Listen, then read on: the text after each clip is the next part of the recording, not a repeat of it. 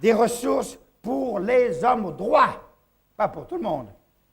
Pour les hommes au droit, pas les hommes gnoka gnoka, viongolo viongolo, pas pour le corrompu, pas pour l'occultiste, pas pour celui superment intelligent avec 1000 diplômes, mais moralement sale, moralement sale. Bien-aimés, c'est l'heure du choix.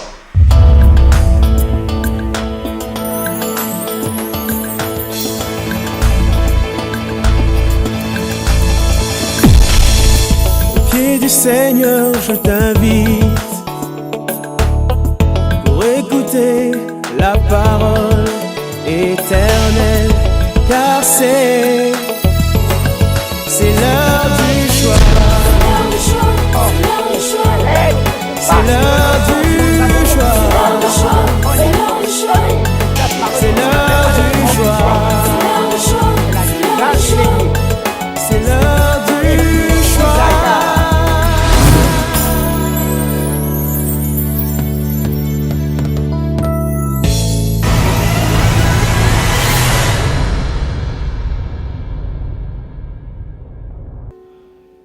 Amen.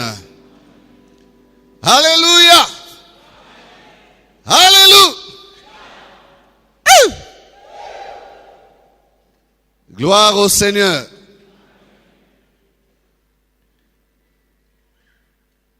Trois Jean 2. Ensemble, nous allons proclamer cette parole. Elle est devant nos yeux. Et puis après, nous lirons Actes des Apôtres, chapitre 2, 36 à 39. Nous proclamons 3 Jean 2. On y va. Bien-aimé, je souhaite que tu prospères à tous égards et sois en bonne santé, comme prospère l'état de ton âme. Amen. Actes des Apôtres 2, 36 à 39. C'est Jésus que Dieu a ressuscité. Nous en sommes tous témoins. Élevé par la droite de Dieu, il a reçu du Père le Saint-Esprit qui avait été promis. Et il a répandu, comme vous le voyez et l'entendez. Car David n'est point monté au ciel. Je m'excuse, j'ai dit 36, c'est 32. Nous avons commencé à partir des 32.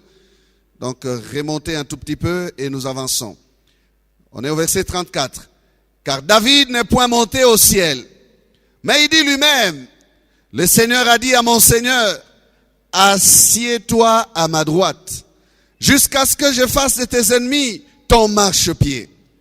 Que toute la maison d'Israël sache donc, avec certitude, que Dieu a fait Seigneur et Christ. C'est Jésus que vous avez crucifié. Après avoir entendu ces discours, ils eurent les cœurs vivement touchés. Et ils dirent à Pierre et aux autres apôtres, hommes frères, que ferons-nous?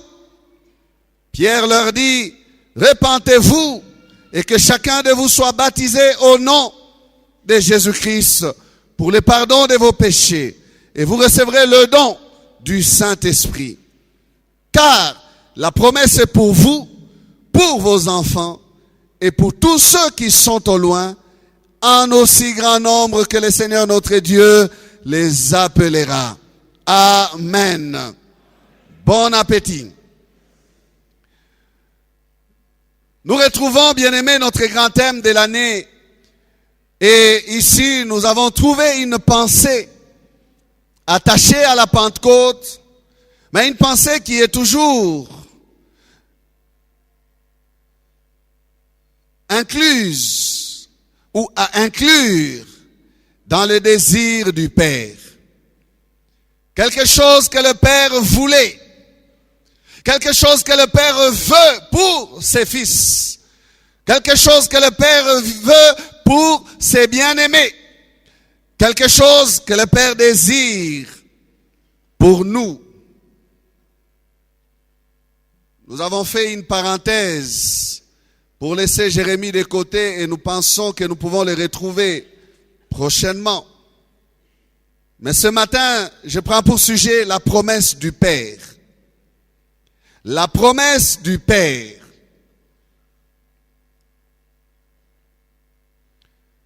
Ce discours de Pierre que nous avons lu, ou dont nous avons lu une partie, intervient le jour des Pentecôtes, le jour de la Pentecôte. Ils étaient réunis dans la chambre haute, au nombre de 120. Ils étaient en train de prier. Ils persévéraient dans la prière de commun accord. Et nous lisons dans la parole de Dieu que ce jour était un jour de visitation. Il y eut un vent impétueux. Il y eut un bruit, un grand bruit dans la ville de Jérusalem. Et les gens qui étaient à Jérusalem accoururent pour aller voir à quoi ressemblait ce bruit. Et c'est une explosion. Et c'est une catastrophe qui vient d'arriver. Qu'est-ce qui se passe? Ça venait de là. Et ils ont accouru pour aller voir. Mais ceux qui étaient dans la chambre haute furent tous remplis du Saint-Esprit. Et des langues semblables à des langues de feu se déposèrent sur chacun d'entre eux. Il y en avait pour chacun. Il y en avait autant pour tous ceux qui étaient là. Personne ne pouvait en manquer parce que ils étaient ensemble et ils désiraient avoir le Saint-Esprit. Et le Saint-Esprit était descendu sur eux.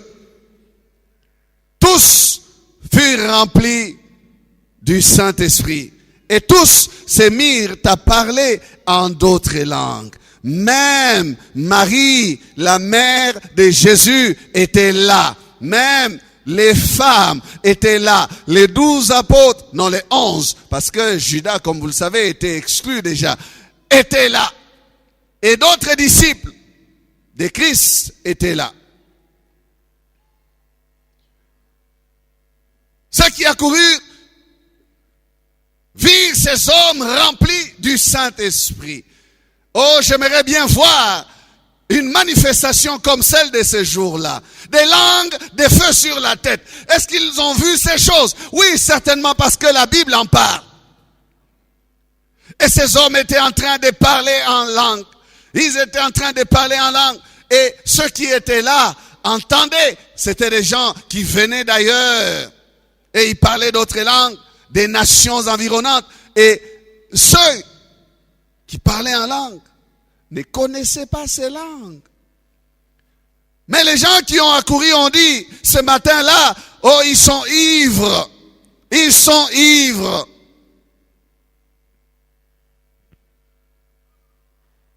La foule a couru.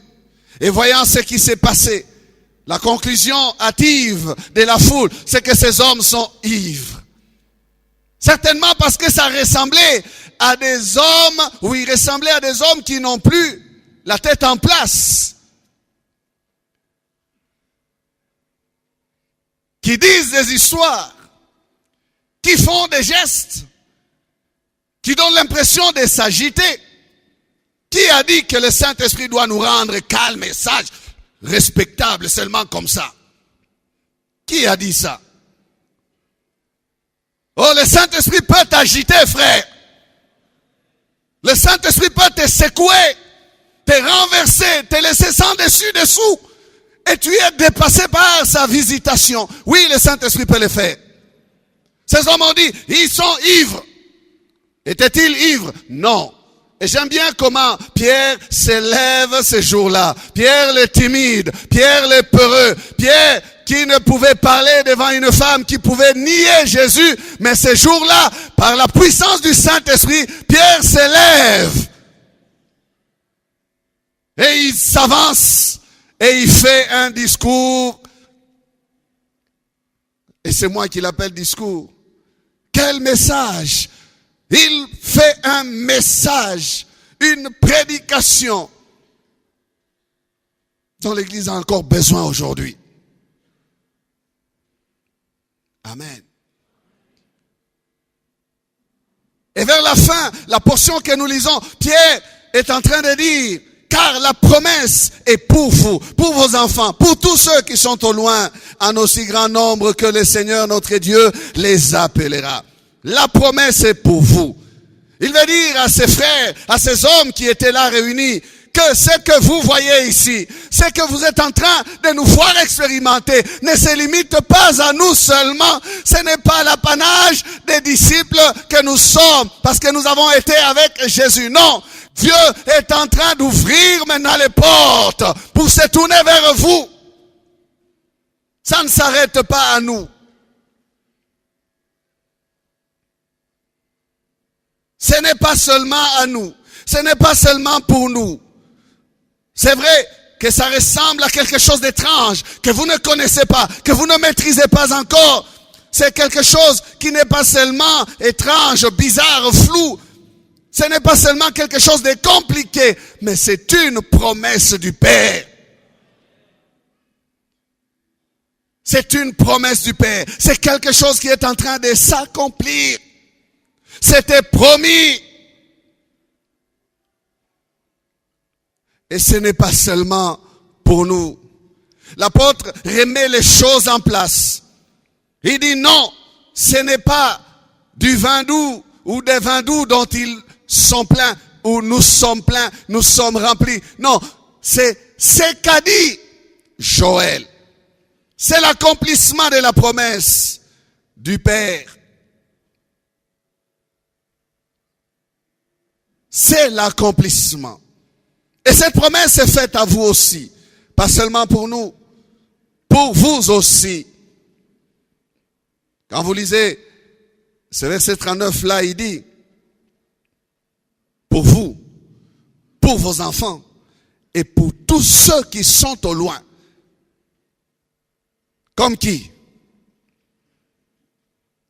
Tous ceux qui sont au loin, comme qui ce matin? Comme nous! Tous ceux qui sont au loin, en aussi grand nombre que notre Dieu les appellera. Bien-aimés, le Saint-Esprit ne sera jamais limité. Personne ne peut mesurer sa profondeur. Il est là pour tous. En aussi grand nombre. En aussi grand nombre que notre Dieu les appellera.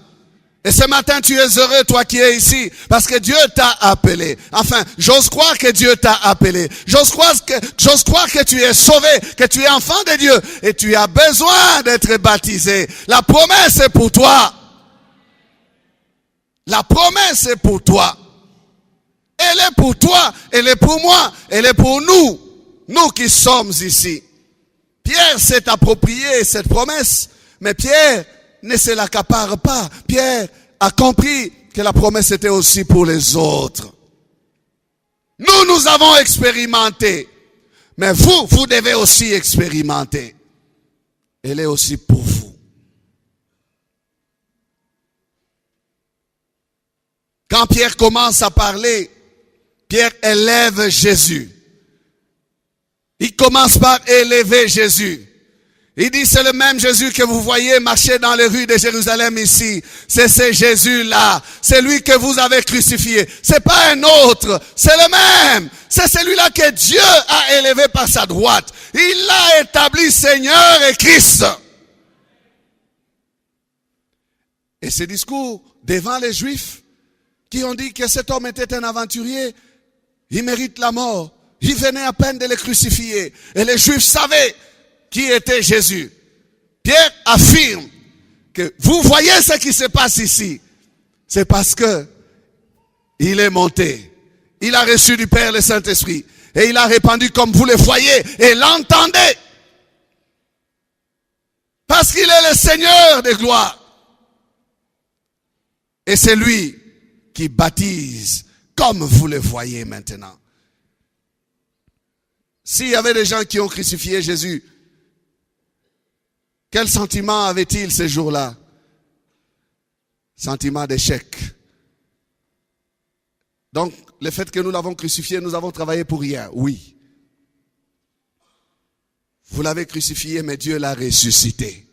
Dieu l'a ressuscité. Dieu l'a élevé par sa droite. Et il est monté.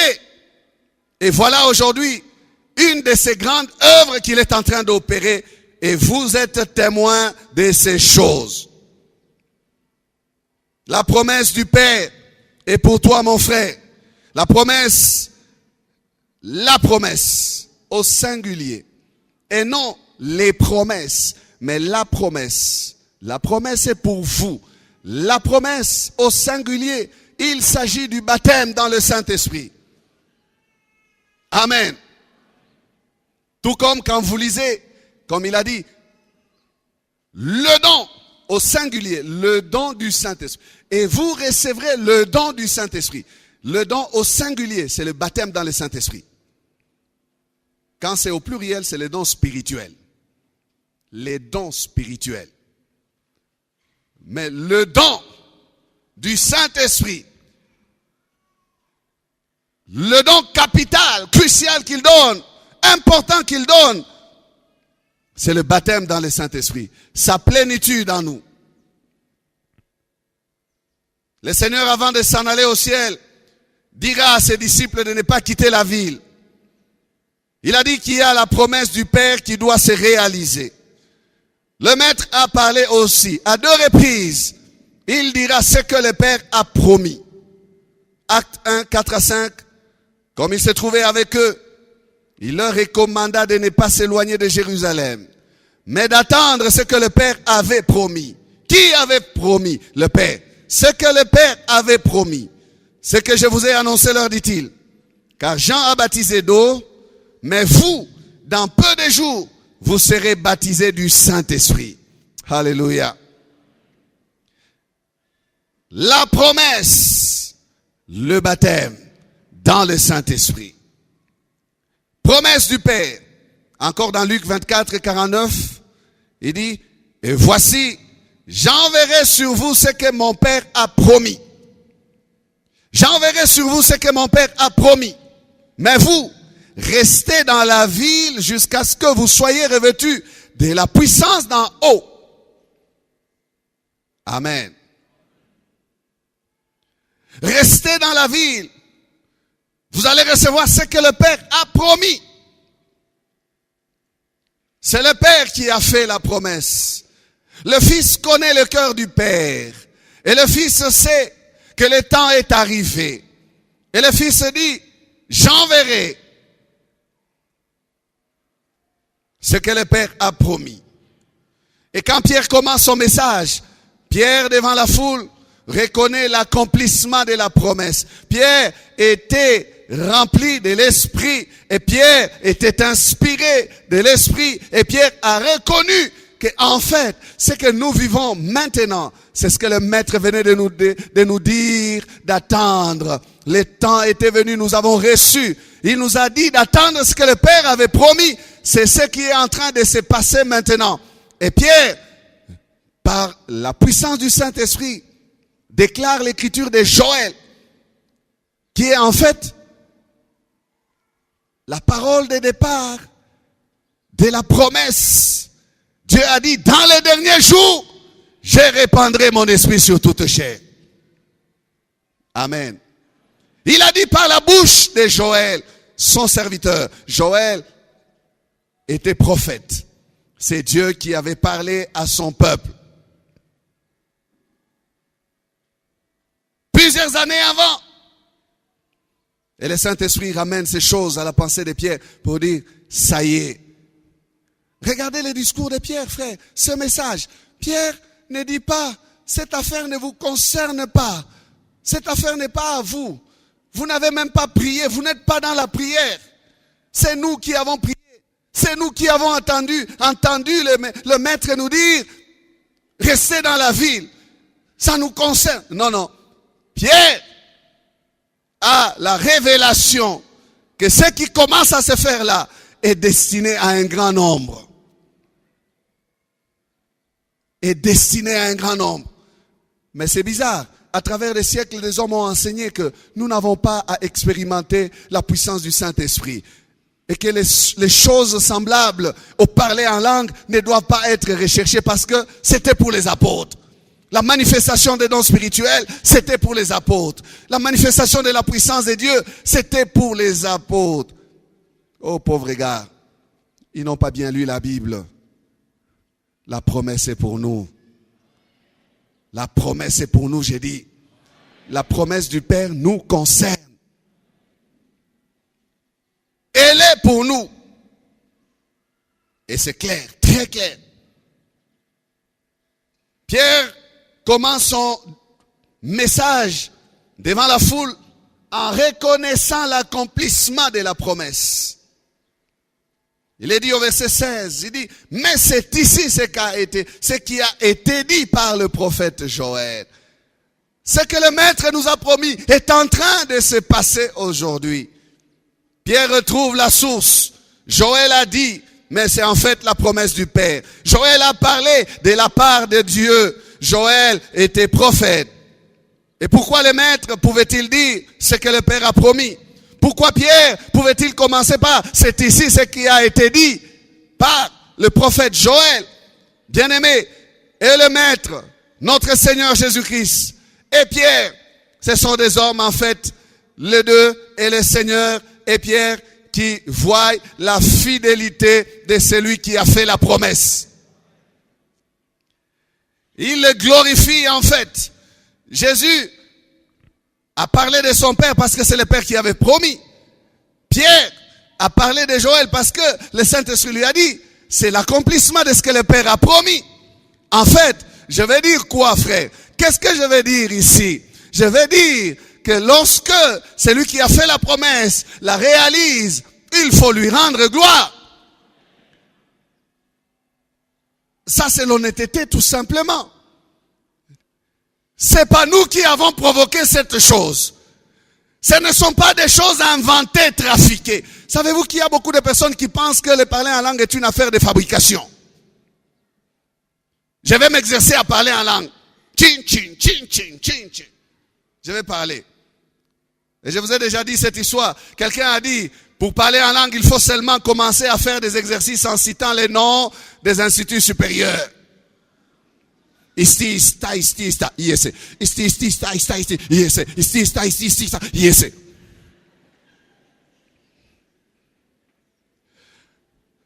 Ce ne sont pas des choses fabriquées. C'est l'accomplissement d'une promesse. C'est lui qui nous a promis ces choses. Nous les donnons aujourd'hui. Nous les voyons se faire parce que nous les avons pas provoquées. Nous étions en prière en train d'attendre et voilà, ça nous a surpris. Il est tout à coup. Pas de provocation de la part de l'homme. Pas de fabrication. Pas d'invention. Mais accomplissement. C'est ici ce qui a été dit. Frère, qu'il y ait un tout à coup pour toi ce matin. Et que la promesse tombe sur toi, qu'elle s'accomplisse pour toi.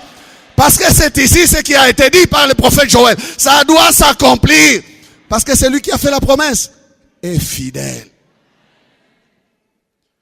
C'est pas nous. Frère, ne parlez pas du mal du parler en langue de votre voisin. Laissez-les s'exprimer. C'est l'accomplissement dans sa vie. Il y a des personnes qui disent, doute à nini. Yo, langue. Tu peux donner des langues à quelqu'un. Oko ta doute. Laisse-les s'exprimer. En fait, ça n'a pas commencé aujourd'hui. C'est depuis ce jour-là, ils ont douté, ils ont dit, ils sont ivres. Ils sont ivres. Regardez comment ils s'agitent. Regardez comment ils font. Ils sont ivres. Non, ils ne sont pas ivres. Le Père qui a fait la promesse est fidèle. C'est lui qui est en train d'accomplir. Alléluia. Si c'est la promesse du Père, le Fils savait. Il dit, restez dans la ville. Ne quittez pas la ville. Attendez ce que le Père a promis. Je connais mon Père. Je le connais. Je sais où il conduit ses enfants. Je sais ce qu'il a comme projet avec son peuple. Restez. Attendez. Ne quittez pas la ville. Soyez là. Et dans peu de jours, vous recevrez ce que le Père a promis. Ah, ça me réjouit. Celui qui parle de la sorte connaît celui qui a fait la promesse. Il est fidèle. Celui qui parle de la sorte, c'est lui qui va monter pour aller prendre Il a reçu du Père le Saint-Esprit et il a répandu, comme vous le voyez et l'entendez. Quand il dit ne quittez pas la ville, ne quittez pas la ville. Les disciples ont obéi. Le Seigneur ne leur avait pas dit allez en prière. Non, il leur a dit ne quittez pas la ville. Mais ils ont su que pour recevoir la promesse, nous devons aller prier. Alléluia. La promesse du Saint-Esprit ne tombera pas sur toi en train de zapper à la télévision. Non, non. C'est en prière. En prière. Elle ne tombera pas sur toi dans la distraction, dans l'agitation des occupations multiples de la journée. Non. Ces hommes, ils ont compris. Il dit, il y a une promesse qui va venir sur nous. Alors, rassemblement. Ils sont allés dans les lieux où ils se tenaient d'ordinaire. Ils avaient l'habitude de se tenir là. Et ils ont commencé à prier. Ils attendaient. Premier jour, deuxième, troisième, quatrième, cinquième, sixième, septième, huitième, neuvième et dixième surprise. Tout à coup. Il ne leur avait pas donné le délai pour dire c'est dans 10 jours. Non. Mais eux, ils savaient. Ils l'attendaient incessamment. Ils ne savaient pas quand. Mais ils savaient que ça allait s'accomplir. Il persévérait et il priait. Dieu sait où il conduit ses enfants. Et Dieu sait ce dont nous avons le plus besoin. Il avait dit, dans les derniers jours, je répandrai mon esprit sur toute chair. Avant les jours grands et terribles. N'est-ce pas que nous sommes dans les dernières heures? Eux, ils étaient dans les derniers jours. Nous sommes dans les dernières heures. Frère, s'ils ont eu besoin du Saint-Esprit, nous avons encore plus besoin du Saint-Esprit. Aujourd'hui, le diable sait qu'il a très peu de temps. Il accélère la séduction. Elle est sous plusieurs formes. Elle s'assied même dans l'église. Et nous avons besoin du Saint-Esprit. Amen. Nous avons besoin du Saint-Esprit. Et Pierre dira à la foule, car la promesse est pour vous. Ah, il y en a pour toi, il y en a pour moi. Nous en avons besoin. Il y en a pour toutes les nations, en aussi grand nombre que notre Dieu les appellera. Ces choses, bien-aimées, ont recommencé à se manifester au début du XXe siècle. Et cette année, les Assemblées de Dieu des États-Unis vont fêter 100 ans. C'est là que ces choses ont commencé. La Pentecôte de notre époque a commencé avec l'église qu'on appelle les Assemblées de Dieu.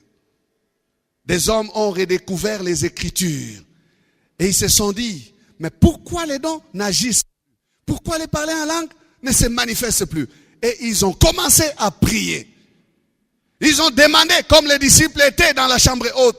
Et Dieu, qui a fait la promesse, a encore manifesté sa fidélité. Alléluia. Bien-aimé, Dieu est fidèle. Dieu est fidèle.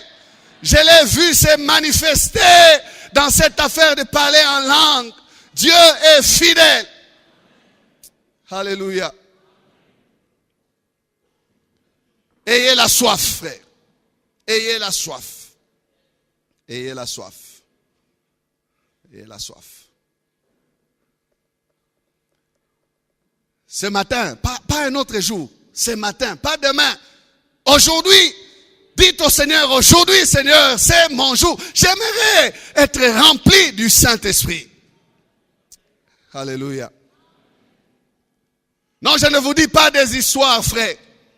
Ça s'est fait et ça s'est fait encore. Le Père qui a fait la promesse est fidèle. Moi, je disais, est-ce que c'est vrai? Mais je me souviens encore, comme si c'était hier, la première fois que j'ai parlé en langue. Quel embouteillage dans ma bouche. Je suis allé assister à une campagne au stade du 24 novembre, en 1990, au mois de juin.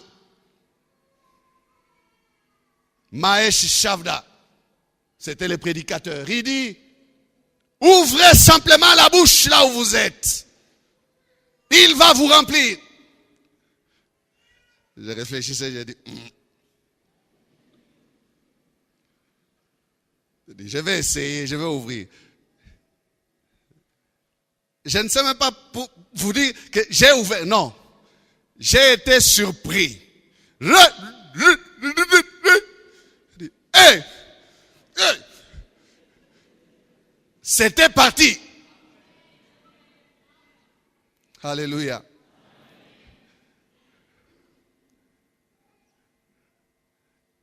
J'ai autant de témoignages de personnes que j'ai vues spontanément être remplies du Saint-Esprit. Et d'autres, on prie, on termine, il part, il n'a rien. Mais il revient le lendemain pour dire, oh non, à la maison, ça m'a surpris. Faisons confiance au Père. La promesse appartient au Père. C'est lui qui l'a fait ou qui l'a faite. Il est fidèle. Je peux témoigner pour mon épouse. Quelques années après, nous étions encore fiancés dans une retraite de l'évangélisation. On prie pour les baptêmes dans le Saint-Esprit. Je m'approche, je dis, elle, comme c'est ma fiancée, il faut qu'elle soit remplie. Je mets la main comme ça.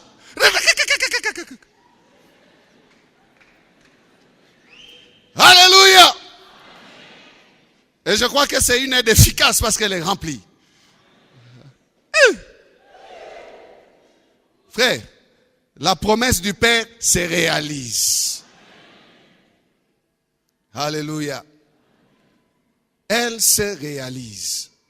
C'est lui qui a fait la promesse est fidèle. Il est fidèle.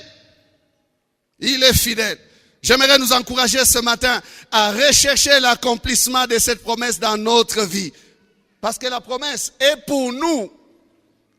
Chacun doit s'en approprier, s'en accaparer. Seigneur, c'est pour moi que tu as fait la promesse. C'est pour moi. Ces choses sont là pour nous. Pour nous. Amen. Elle est pour nous. Elle est pour moi. Elle est pour toi. Et c'est important que nous soyons remplis du Saint-Esprit. C'est important que nous soyons baptisés dans le Saint-Esprit. C'est important. Pourquoi? À cause de la personnalité du Saint-Esprit. C'est important. Le Saint-Esprit, c'est un VIP. Un very important personality. Il faut l'avoir dans sa vie. Il faut l'avoir pour qu'il fasse ses œuvres dans votre vie, frère. Vous êtes de son côté, mais vous êtes blindés. Alléluia. Allez demander aux sorciers. Vous êtes de son côté, le Saint-Esprit de votre côté, mais vous êtes blindés. Vous avez un VIP avec vous, vous avez un laissez-passer. Le monde des ténèbres va vous connaître, frère. Parce que vous avez un grand avec vous. Jésus dit, il vous est avantageux que je m'en aille. Pour qu'il descende, il faut que le maître monte. Jean 16, 7. Cependant, je vous dis la vérité. Il vous est avantageux que je m'en aille. Car si je ne m'en vais pas, le consolateur ne viendra pas vers vous. Mais si je m'en vais, je vous l'enverrai. J'ai changé de version.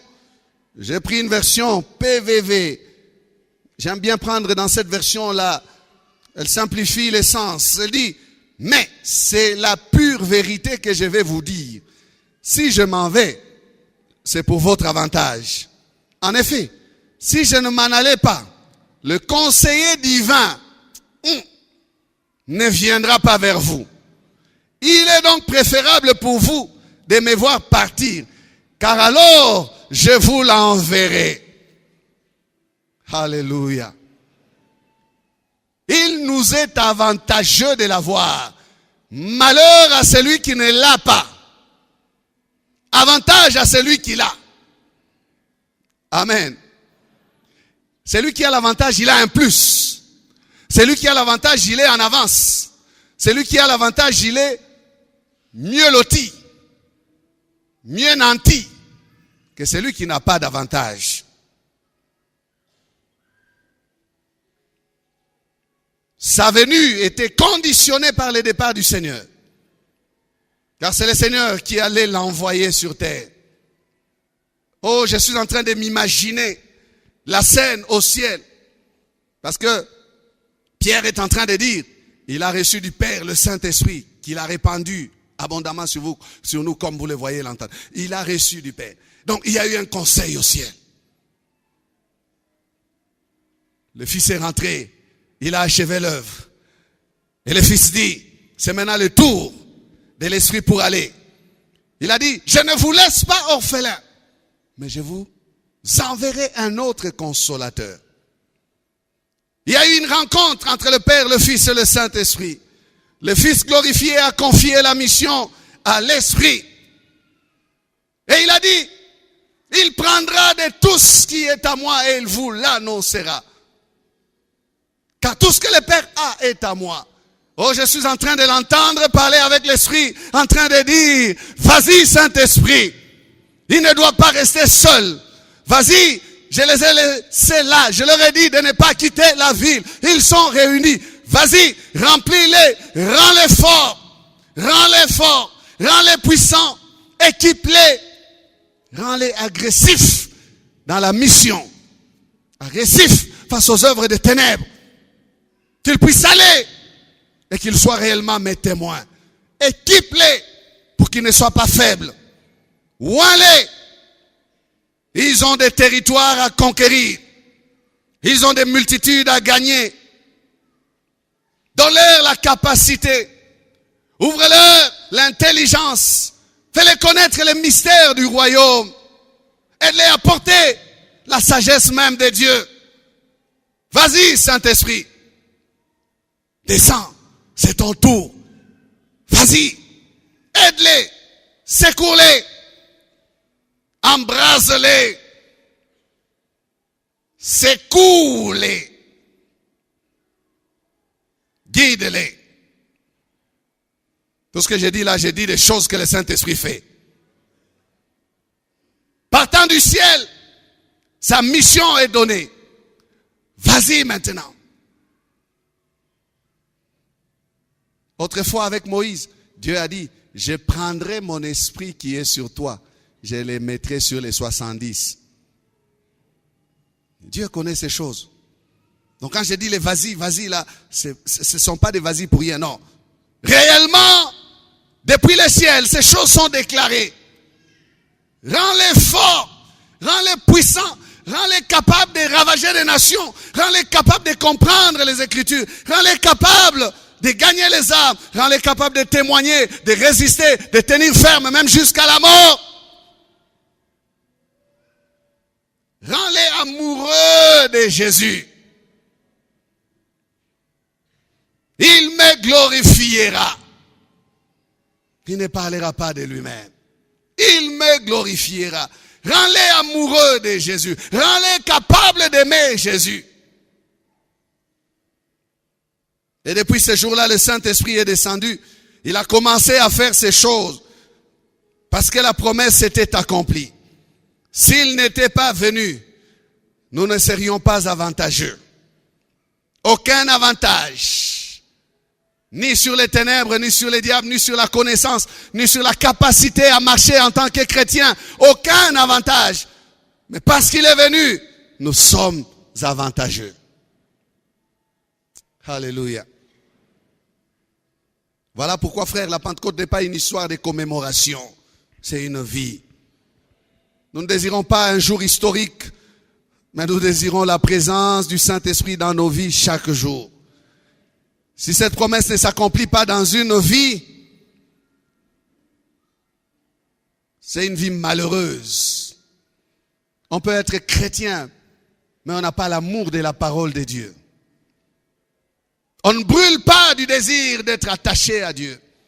On ne veut pas obéir à la volonté de Dieu parce que la promesse n'est pas accomplie dans sa vie. Si cette promesse ne s'accomplit pas dans une vie, cette vie est une vie qui est passée à côté du plan de Dieu. La majeure partie, bien-aimée, de nos bénédictions que nous les recevons d'abord spirituellement, par la puissance du Saint-Esprit. On peut être chrétien, on dit je suis un chrétien tranquille et calme. Moi je n'aime pas l'agitation, oh le Saint-Esprit, les parler en langue. Non, non, moi je suis comme ça. Mais vous êtes à côté. Vous passez à côté des mystères du royaume. Vous passez à côté de l'édification. C'est lui qui prie en langue. Il dit des mystères à Dieu. C'est lui qui prie en langue. Il s'édifie lui-même. Donc quand vous entendez les rococococococococo, c'est un moteur qui est en train de tourner. Les muscles sont en train de grandir, frère. Ne vous moquez pas de la personne qui parle en langue. Elle s'édifie elle-même. Elle a plus de force et de résistivité par rapport à celle qui ne parle pas en langue. Elle a un avantage. Elle dit des mystères à Dieu. Des choses que l'on ne peut pas expliquer avec l'intelligence. Une bonne partie des choses spirituelles vont manquer dans cette vie-là. Pas de dons spirituels, pas de manifestations spirituelles, pas de puissance. Et puis, on pourra tout simplement dire, pas de vie. Parce que ce qui soutient les chrétiens, c'est un principe de vie qui est soutenu par l'esprit. La loi de l'esprit de vie m'a affranchi de la loi du péché et de la mort. Ce qui soutient la vie chrétienne en nous, c'est le Saint-Esprit. Amen. Bien sûr que le chrétien qui a cru a le Saint-Esprit. Mais il faut aller jusqu'à être rempli du Saint-Esprit. Ça doit déborder pour avoir la puissance. C'est un revêtement de puissance. Ça vous rend capable de faire des choses de Dieu à la manière de Dieu. Voilà. Pas à la manière des hommes. La puissance étant celle de Dieu, celle du Saint-Esprit, il nous rend capable de faire des choses comme lui. Amen. Il faut les désirer.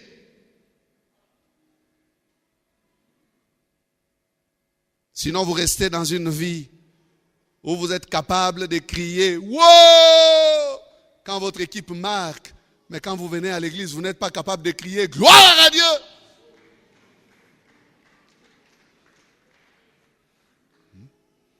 Vous êtes capable de vous embrasser avec quelqu'un que vous ne connaissez pas. « Wow !» Parce que votre équipe a marqué. Mais à l'église, vous n'êtes pas capable d'embrasser votre frère parce que vous l'aimez de l'amour de Dieu. Mon frère, shalom, ça va. Si vous n'êtes pas rempli du Saint-Esprit, vous aurez une vie médiocre spirituellement parlant, frère. La promesse est pour vous. Désirons ces choses, ça nous donne une vie spirituelle. Une vie spirituelle. Ça nous permet de vivre les choses de Dieu comme Dieu. Alléluia. Selon Dieu, avec Dieu. Amen. Le Saint-Esprit est plus que les pains et les poissons. Luc chapitre 11 verset 13. Si donc, méchants comme vous l'êtes, vous savez donner de bonnes choses à vos enfants, à combien plus forte raison le Père Céleste donnera-t-il le Saint-Esprit à ceux qui le lui demandent? Alléluia. Le Saint-Esprit est plus que le pain et les poissons. Notre Père sait ce dont nous avons le plus besoin. Nous avons besoin de son esprit. Il donne le Saint-Esprit à ceux qui le lui demandent. Amen. La promesse est pour nous. Le reste du temps, nous allons prier. Lèvons-nous tous. Bien-aimés, merci d'avoir suivi ce message. Aujourd'hui, si vous entendez sa voix, n'endurcissez pas votre cœur. Jésus vous aime. Nos prédications sont en continu sur notre site web qui est www.labornelouchi.net. Vous pouvez aussi nous écrire aux adresses électroniques suivantes: lepasteur@labornelouchi.net, guillamani@gmail.com. Pour toutes vos requêtes, écrivez-nous à l'adresse électronique suivante: requêtes@labornelouchi.net. Et si vous désirez nous contacter, appelez-nous au numéro suivant: 099 99 56 891.